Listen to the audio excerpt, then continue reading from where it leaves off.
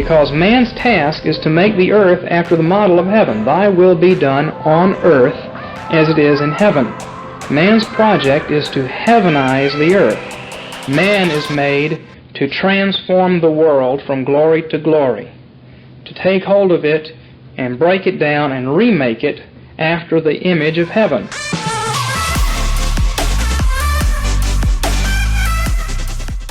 Welcome back to the Reformed Reset. My name is Grant, and this is my wife, Erica, the weaker vessel. Hello, everyone. We're a part of Take Hold Studios. Subscribe to the Take Hold Studios YouTube channel right now. Like the video and hit the bell so you get notified whenever we put out new content. And down in the description below is our website, our email, our social media accounts. You can look either of us up on social media and connect. We love hearing from you guys, hearing your questions and your feedback on the content. And we have a Patreon if you want to financially support us and help keep this thing going, and also help us, upgrade equipment and all the other things that, we'd love to do. And we do have a merch store with a bunch of fun Reformed-ish themed things. If you guys want to check that out, that would be awesome. Right. And what else we got going on? Hope you guys had a great Easter. Yeah. We had a wonderful Easter. It was a marathon event. It's been quiet over here. We had weddings, and we had had presbytery and or spring retreat. We did a little business. Yeah, it was just crazy. It was all back to back to back. So it was a lot, but it was good. It was enjoyable. Yeah, we are getting warmer weather right now, and I'm stoked on it. Yeah. I cannot wait for summer and just having a bunch of fun. But yeah, the ice and all that is almost gone up here in Maine. There's just a few little piles of snert left. Yeah. That's what our kids call it, snert. Snert. If you guys, snow and dirt. Like in Walmart parking lots, it all gets shoved into a corner and piled up, and it just is disgusting by the end of winter. Yeah, it's pretty gross. That's what we're talking about. Those piles are shrinking. Thankfully. Well, we had been talking about a lot of things, and one of the things we were talking about recently, which will be the topic today, is the idea of husbandry. Husbandry. Right? And all the different applications. Which is not a common word that's used a lot anymore. No, I think we prefer the word cultivate. Mm-hmm. Right? That's because we hate husbands. We hate men in our culture. So we use the word cultivate or something like that. But we think of a husband as a role, not as like an activity. Yeah, not as a verb. Yeah. It's a title of position or something. Right. Yeah, not as an activity or a verb or something you do daily. And I wonder, probably because we got away from a more agricultural society too, that term kind of fell out of vogue. Yeah. Because I can remember like hearing it in 4-H and like animal husbandry and things like that, but that isn't super common anymore. No, but the activity, it didn't go anywhere. This is how God's made the world, and we're going to talk about how husbandry obviously relates to husbands and their job as a husband to their wife, but also to their children, and then in their church, in their communities, wherever they live. But it doesn't matter what job. What we call it is like maintenance. But really, it's still that idea of husbanding something and always doing that work to tend and to keep it. Yeah. Right. And actually that word in Genesis 2, when God says, or when the word says that God put man in the garden to tend and keep it, that word tend, the root of it is husbanding. So again, we like the word cultivate, but it's that idea of constantly keeping the weeds out, but also pruning and bringing forth more and more fruit. Yeah. Making it fruitful. Right. But we do that even if you're in tech. You do that with how often does your phone update? They're husbanding. Too often. Yeah, right. Your apps update, or right? We talk about like, oh, that's this 2.0 or 3.0. What they're doing is husbanding. How God's world was meant to go from glory to glory. Our intro and outro talk about this, right? Yeah. And what's funny is too often Christians think... Our dog sees a stranger, sorry. Yeah. If there's anything living outside the house, Dixie not only lets us know, but she tries to make sure that they know, stay away. Yeah, she sounds real vicious. Just anything living outside, it's not allowed. But what's funny is Christians more often than not think that unbelievers or Christians or just the forces of darkness or something are more powerful than God. And so they despair all the time and, bemoan all the, the government, this, whatever, what they're doing is evil. Mm-hmm. But it's like, do we really think that God's going to lose? Well, a lot of Christians have a very poor eschatology, so they do think they're going to lose. Right. But if you're Reformed, you should not believe that, right? Like, you should not have a pessimistic outlook on... Absolutely not. ...the telos. Right.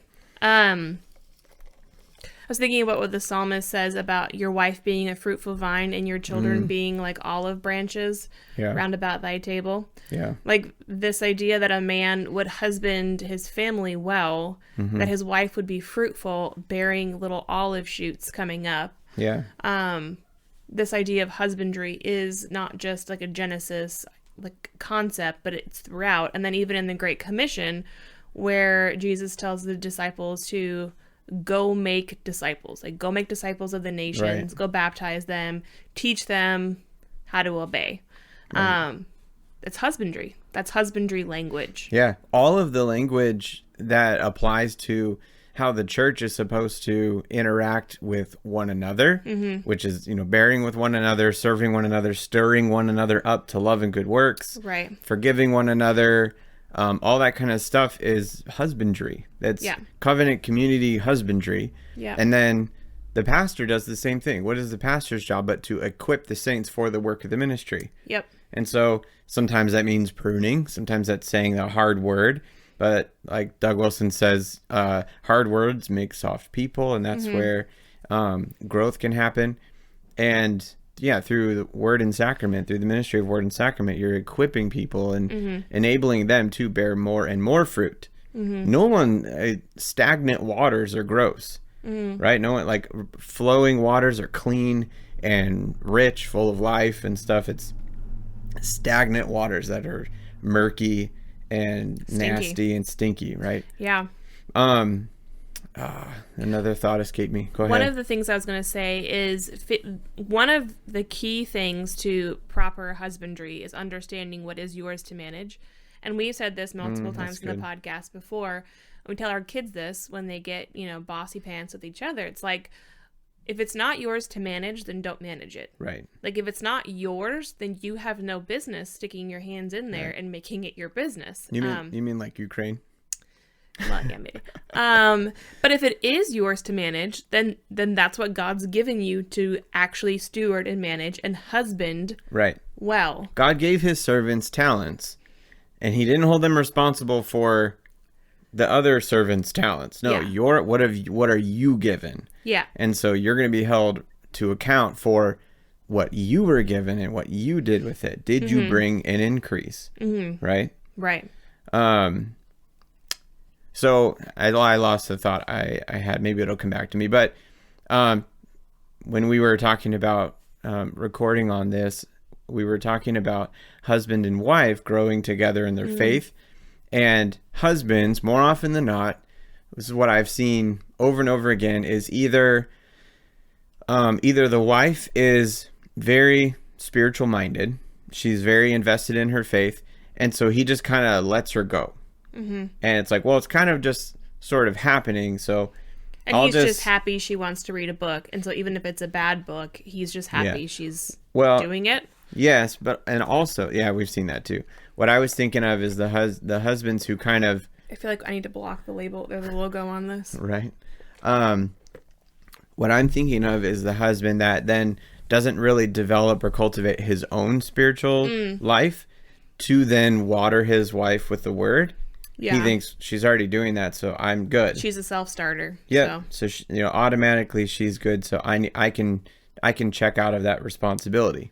Well, wrong. Those are the women though who end up going house to house and end up stirring up all kinds of dissensions because as soon as like the husband is detached like that, more often than not, the women are making some kind of trouble. Well, and if she was spiritually mature, all of her interest in theology and interest in those things, she should be then in a gentle and quiet spirit going to her husband and calling him, correcting him. Yeah, calling him to account, right? Yeah, where are you? We're covenanted together to grow in the faith together, and you're not reading the word with me, or you're not praying with me, or you're not challenging me to grow in these ways or something. And I know I may not like it at times, but this is something that I want you to do as my head.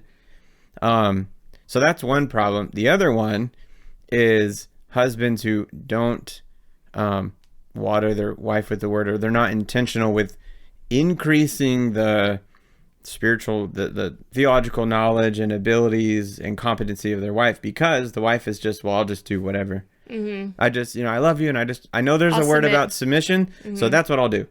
But really, it's a cop-out for her being lazy. Yeah. It's a cop-out for challenging herself and her own knowledge and understanding of the faith, because, well, he's got it. Right. So there's a ditch on either side there. And what should be happening is both should be encouraging one another all the time.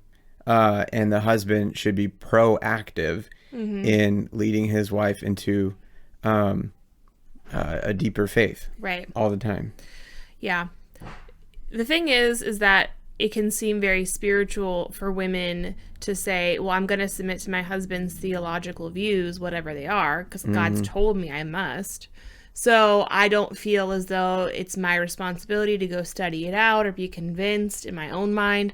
If I had to submit to him anyway, then I'm just going to let him do the work. And if he tells me, then I'm going to submit to it with joy. And that sounds very spiritual, because we are called to submit to our husbands. But then you have to do something with stories like Abigail. Right. Like, what was her issue, right? Yeah. And also, like, we're called to love God with our minds, and that's not with our husbands' minds. Like, I don't love God through your mind. I love God with my mind. That's a great My point. mind, my heart needs to be transformed by the word. Right. And that doesn't happen because you're doing it. Like, it's not like I don't know, some kind of weird, like, it rubs off on me. Yeah, like, it doesn't work that way. Symbiotic. My relationship with the Lord is mine. Right. And it's not totally detached from you. Obviously, you are still my spiritual head and all this kind of stuff. But I'm just saying, like, I will have to stand before the Lord and answer for what I believe and what I know about his word and how I obeyed it. Well, in 1 Corinthians 14 says women are to be silent in the church. If they have a question, they need to go ask their husbands. And that's so that she can learn. Well, it's funny because I actually just had a conversation about that last Did you? Sunday with a couple ladies. Yeah. And one of the things I mentioned is that, yeah, like you talk to your husband at home, but that isn't like because your husband is your pastor and he's just telling you everything that you, like, yes, he is your pastor in a sense, but you do have a pastor. So if your husband is sharing something with you even that you think is not quite right, you even have an appeal there. You can go to your pastor. Sure. You know, if you have a question that your husband can't answer for you, you go to your pastor. Right? Anyway. Yeah, there's a lot of spirit, and I know some people right there will think, oh, you're encouraging women to be unsubmissive. You're encouraging women to usurp the authority of their husband. But be careful that this, the whole patriarchy thing goes so far that it does turn into the bad patriarchy we all don't want to be like. Yeah. But also, that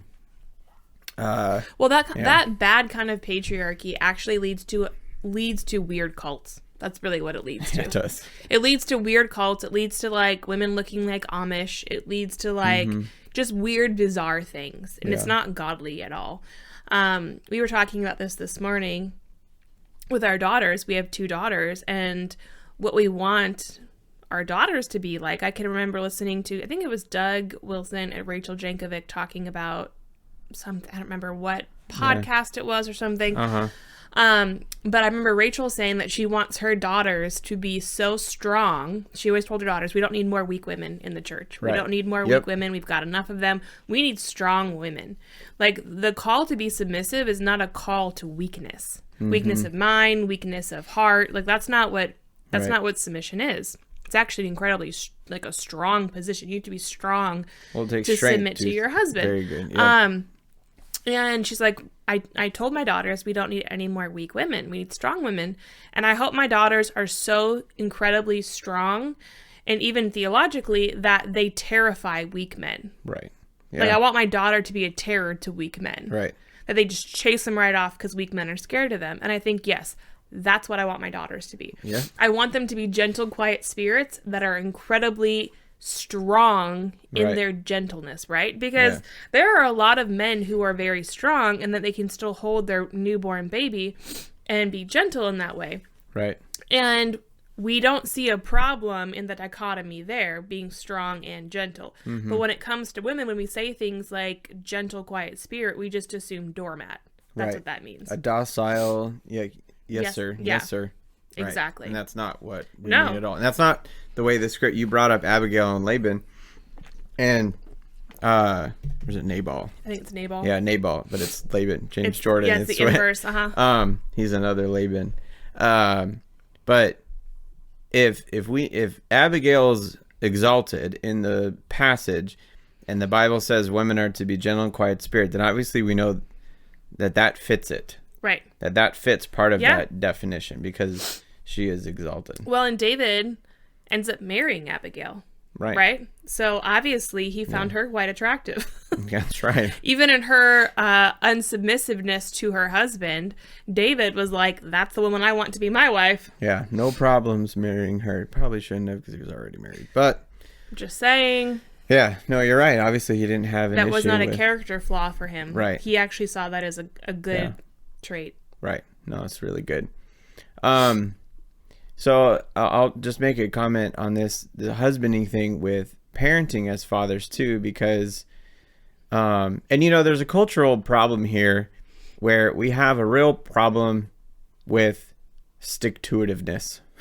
Perseverance. Just perseverance in general. Yeah. We're very sporadic. I actually remember reading some of this. It was talking about millennials. Simon Sinek has that book, Leaders Eat Last. Mm-hmm. It's like a real popular leadership book. The Army made me read it. But he talked about millennials being way more uncommitted. Like they do stuff They're flakier. in spurts. Yeah. They're very enthusiastic about whatever it is they're about, but it doesn't last very long. It's true. So flash in the pan, move on, new thing, flash in the pan. And so for these fathers now, these millennial fathers who have, sort of this cultural mentality of flash in the pan when it comes to raising up children in the fear and admonition of the Lord, you got to make sure that husbandry keeps up, establish good habits and rhythms and disciplines with your kids and pay attention to what each kid needs to emotionally, time wise or whatever, because even, like our oldest is 13, right? She's battling I'm older and I'm more of a woman now, but I'm still a kid. Mm-hmm. And parenting wise, that takes a little adjusting too. It's totally different than parenting a 3-year-old. That's husbanding though, because the sapling tree requires a different kind of husbanding than the 10-year-old tree that's, right. That's much more mature. And you can't I just do it one way the whole time, or one big event every 4 months and then that'll no. All these things take constant daily investment. Yep. But that's where the most fruit comes. Yeah. So know that the fruit's going to come from those efforts.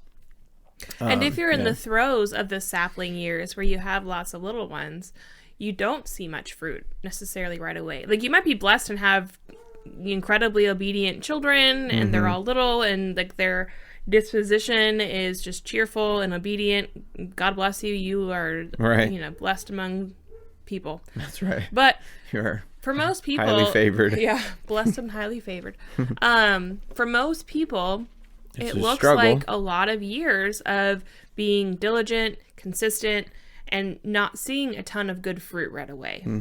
But fruit does come from, long obedience in one direction. That's right. And it helps to have the conviction in your mind in the midst of that struggle, the slow crawl, that there's no other option, right? Just tell yourself that there's no option of just not doing this. So yes, it's difficult, and there's hard times, and it feels like you're army crawling, across the beaches of Normandy, but you will, have fruit in the end of it. God is so good. And then this fits with the eschatology. We always bring up postmillennialism, where God's promises are true despite all the adversity and all the things that come and try to attack the purposes of God. He comes out the winner. It's always what it is. There might be fits and starts. Yeah. Slight, there's valleys, and some valleys are wider than others. Yeah. But we know that the mountaintops always come, and they get higher and higher. Yeah. They just do. You just look at history and how God does things. Plus, we believe in the sovereignty of God over all history. And trusting the promises that he has given to us, especially in our children and in our families. If you're not covenantal in your idea of family, this probably sounds really bizarre, because you would take a very individualistic approach to your faith in general.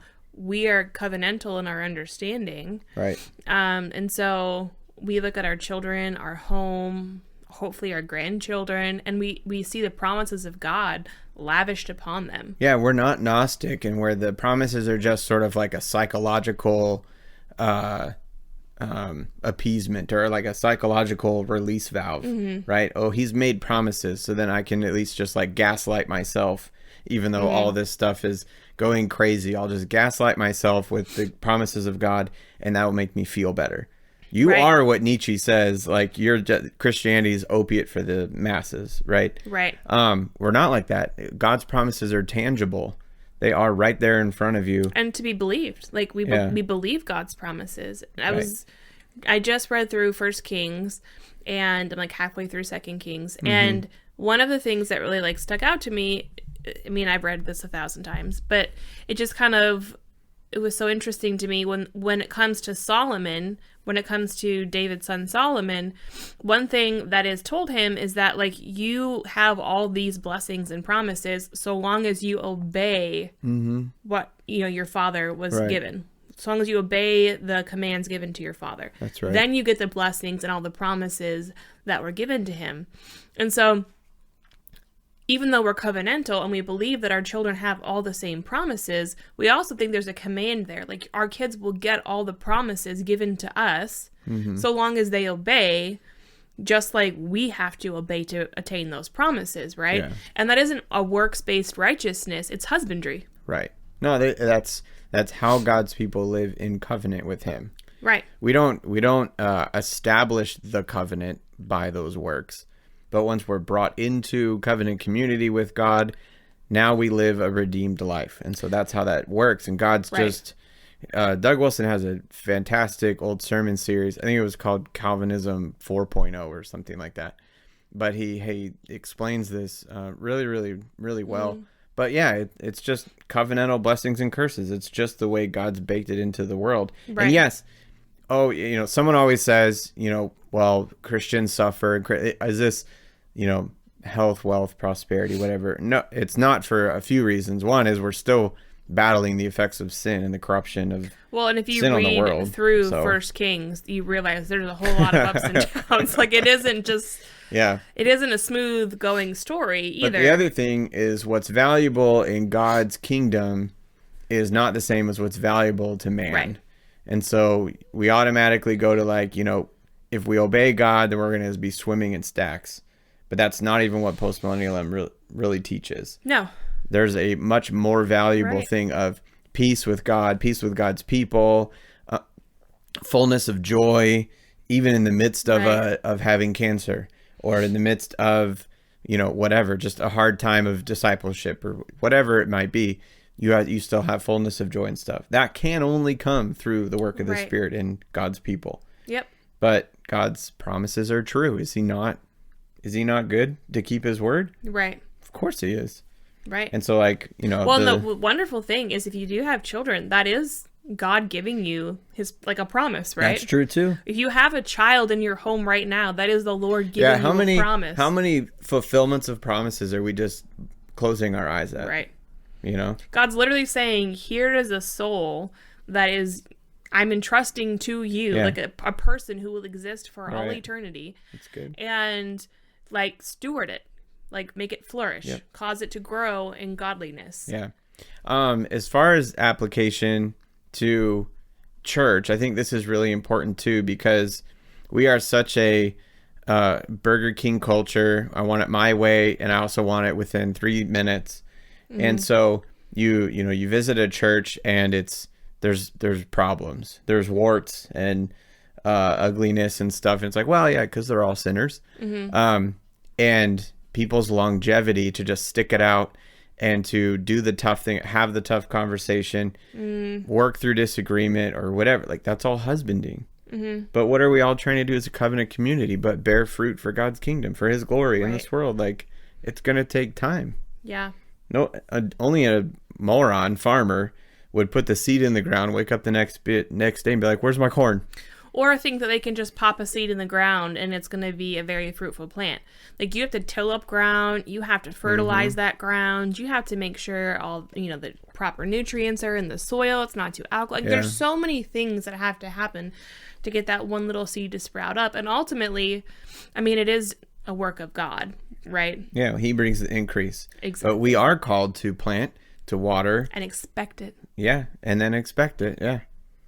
Yeah, and that is Presbyterianism in a nutshell, right? Like, you just expect God to bring the increase. Right. That's what it is. Because he's sovereign and in control, right? Because he said he would. Yeah. It's just trusting promises. Yeah. Well, and even when it doesn't go the way we expected, we know God's ways are higher than ours. We know that he is all wise. And so you think, well, however God did bring this about, that was the better way. Yeah. Right? And that goes with the church that you're at too. It might be a struggle or whatever, but you're there because God put you there. Right. That wasn't you doing it. God's like, oh, whoops, you found yourself over there. Right. No, God did that on purpose to work in you, to probably use you to work in the other people. Right. Because you're noticing things that could, be better. It's just a whole. And good husbandry. And we say husbandry, but this does pertain to women in a lot of ways. Actually, I just listened to a James Jordan sermon or a lecture where he was talking about, like, when you hear, like, sons of God in the Bible, like, that includes women, right? We're all sons of God. Also, when we hear, like, bride of Christ, like, all men are also brides. Yeah. Women are sons, men are brides. Like, it's representative. Yes, exactly. That's good. So husbandry, like, yes, we're talking about men, and obviously there's certain, like, no, women can't husband other women, like, in the same way. But what we're saying is women do have a role in stewarding creation. Yeah. Again, you could interchange it with the word cultivate. Yeah. But I think husbanding, at least for me, it makes it more graphic and more tangible. Yeah. Because I do think of, like, farming, husbandry, or animal, like, husbandry, because it's that constant care that you need to do in order to glorify what you've been given. Yeah, and glorifying meaning bringing it to its full glory, right? Yeah, and so let me use that as a jump off point to talk about, like, overall cultural involvement for Christians, because right now there's a lot of good things about the trad movement away from the globalist agenda and stuff, which again it's horrible in, like, almost all the ways. We want to do a deeper dive into trad at some point, right? Yeah, we do. But Christians got to remember that we're meant to cultivate the earth to bring it from glory to glory. And the Bible ends, right? History ends with a garden city, a big, grand, beautiful garden city, not your homestead in the middle of Montana. That we are currently building right now, even. Right. Like, this isn't like a thing that we're going to get to, like in a million years. Like, we're literally building that city right now in some sense. Well, and we need to have our mind, like, the Christians need to have their mind on New York City. It doesn't mean you need to live there or you have to be in the city or that you can even, right? It's almost impossible. Tim Keller but thing, yeah. It's going to fall one day. That pagan, atheist citadel is going to fall, and Christians need to be ready to rush in and rebuild the city, fill those buildings with Christian businesses, and have churches filled with, take their dumb flags down. You know what I mean? But, like, there's beautiful buildings and beautiful churches, and those, we need to have our eye, like, that needs to be glorified one day and beautified with. And it will be. That's the thing, right? Yeah. We believe it will be. Yeah. So Yeah, we gotta the husbandry mentality cannot be an escapist mentality. When we became Presbyterian, we went to that PCA church in Fayetteville, North Carolina, and in their Sunday school, they went through the book Plowing and Hope. Oh, yeah, I'm about to bring the men through that book at our church. That's where a lot of this concept was first introduced to us, and it was so eye-opening and helpful. Yeah. Were we even like post-mill at that point? I don't know. We were dabbling. We were dabbling. Okay. But it was just like what we do with our hands and how we actually take hold, right. of something matters. It matters. And we have to do that. Right. All of us. Yeah. If it's yours to manage, then manage it. Husband it well. It has meaning. That like, it's not just that God is in charge of, every second of your day, and he's like a school marm, just like, what'd you do with that 10 seconds of your day? God being sovereign over it actually fills it with meaning. Right. Right? Sometimes you think Paul's gone off the rails for a second when he's like, so that, you're in Christ and Christ is in God and God is all in all. And we're like, what is he talking about? That's what he's rambling. Yeah. But talking it's not. about. It's that God fills every moment of our day and gives it meaning and purpose. And that's why women need theology and kids need theology, and they need to be actually husbanded well and have being washed in the word and have theology in their minds, because this is the problem with a lot of those weirdo cults, is that these women actually don't have it in their DNA, right? They get burnt out because it doesn't actually mean anything to them at all. Yeah. They're just doing it because their dad told them to, or their husband told them to, or whatever. Yeah. But women who actually believe in these like principles and believe that their work matters, it's beautiful what they create. That's beautiful, and it's attractive to the world. Women who don't actually care about what they do with their hands don't create beautiful things. Yeah. No, that's good. Very, very good. So I hope that makes sense. I hope that's encouraging.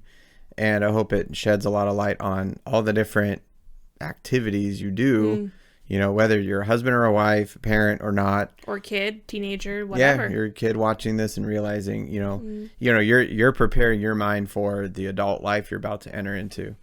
Keep this, that. But even you, husbanding. If you are, 15 years old, you have something to manage. What is that? What is it that God has given you to manage? Manage it well. Right. Everyone's been given talents. Yep. Which was money in the culture. Whatever it is. Not like the ability to play a musical instrument or maybe. hit trick shots. It may be that. I don't know what the trick shots is a little harder, but those talented people out there, babe. They just, it's amazing what they can do with ping pong balls nowadays. Hey, there are YouTube channels dedicated to that sort of thing, and so some of it's kind of I think it's all doctored and they're lying to me. It's impressive. Maybe. But, I can tell. Does this make sense? Like what we're like, Grant and I talk all of the time. Right. We are constantly talking 24/7. Like Grant lives theology. Like his whole life is devoted to it in one form or another, and I am his wife. So when he's working through things or whatever, she can't escape it. We talk about it all the time. And so a lot of this podcast really is just us sharing things that we are already talking about. Yeah. But because we've been married for almost 15 years now, sometimes we say things without actually saying all the words. Right. So if that's what this is like we didn't say all the words and it sounds confusing, let us know. Yeah, and ask questions down below. Yeah. We like answering them. Yeah. So, which I actually will never read them, but Grant will. I read them. And, we will compile them and do, like a monthly Q&A because we like hearing from you guys. Yeah. So anyway, be about the work of husbanding. We used to close out the podcast with 1 Corinthians 15:58 before we renamed it, which is be steadfast, immovable, always abounding in the work of the Lord, knowing that your labor is not in vain.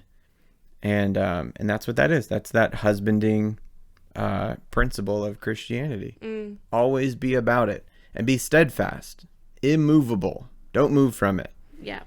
Don't go aside from that path. And there will be so many temptations to do that. Yep.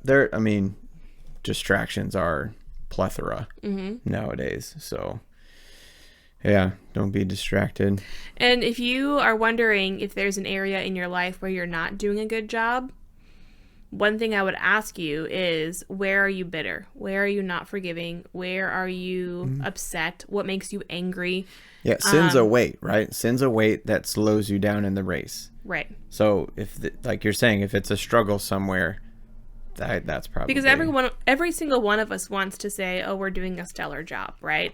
But if you're going to really take tally of what's going on in your life, then I think you need to say, okay, where is the thing that, like, where am I tied down? Where's the bitterness? Where's the anger? Is it with, a person, with your husband, with your kids, with your church, like your in-laws? I don't know, whatever. Where is it? That's probably where you're not doing a very good job, either managing yourself or the resources or whatever that God's given you. Yeah. And I know there's going to be a tendency for some men to say, well, I don't even know how to, or like how to husband my wife or my kids in this way that you're talking about. So I need to go read such and such or do such before I can start doing it. I would say, no, you don't. It doesn't have to be a seminary class that you're giving your wife and kids. Just pray and read the Bible and just learn the Lord's Prayer together. Learn the 10 Commandments together. Memorize them. Start so basic and small. There's benefit there. But then also, dude, you have no excuse. There are podcasts plenty everywhere. There's free seminary courses all over the place. And you should have a pastor, listen to. Right? You have a pastor too.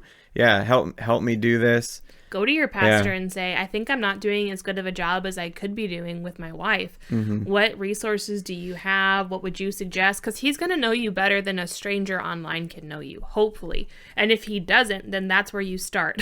Find a good church, plug in, get to know your pastor. Yeah, we are not a replacement for your pastoral team or something is what I was going to say. Yeah, the pastors at your church. Yeah. So, yeah, you must start there. And, man, so much benefit to there, developing or cultivating, husbanding the relationship with your pastor. And we've said multiple times, if you are in an area where you cannot find a good church, please reach out to us. Yep. We would love to help you find a good church in your area. Facts. If we can. Yeah, facts. Good stuff. All right, well, let us know if this was helpful. We would really appreciate it. A bird just hit our window. Yeah, there's a bird. It happened the other day. The window... It's behind the pillar here, guys, but the window, I was up here reading in the morning, and just, thud. I know, I thought funny. It's dead for sure. But it was nothing birds. On the ground. I guess it survived. It was a tough bird. Well, Maine birds. You gotta be a tough bird to survive in Maine. Yeah, that's what they say about them. Tough birds. No, they don't. All right, everybody. Oh, you know what we're doing tonight? This is just really exciting. Oh, yes. I'm so excited. What are we doing tonight? We're going to go to the movie theater because it's the 20th anniversary of when Return of the King came out in theaters. So they're playing it in theaters all over the country today, I think. But we're going to go see the extended version of Return of the King at the movie theater. You guys, we never go to the movies, and we've gone we will have gone twice in a month's time. Who are we even? Jesus Revolution and Lord of the Rings, though. It's post-millennial, y'all. It's post-millennial. That's so funny. Big things are happening in movie theaters. It's cool when you don't go to the theater for several years, because then when you go back, they've upgraded everything so much. Remember? It's true. And you're like, these are like recliners, and it's leather, and there's, I got arm space. It's another bird. Something's happening outside, y'all. That's weird. No, what's that movie? It's like an Alfred Hitchcock. That's right. Anyway. All right. Next episode, we'll talk about that awesome experience. We're bringing our kids, too, so we're really excited. I know. It's stoked. We love Lord of the Rings as a family. All right, guys. Until next time, take hold and reorder creation by first reforming your home. This has been the Reformed Reset. But on the basis of grace and on the finished work of Jesus Christ, the project is back in force, and the destiny of a new transformed world is assured.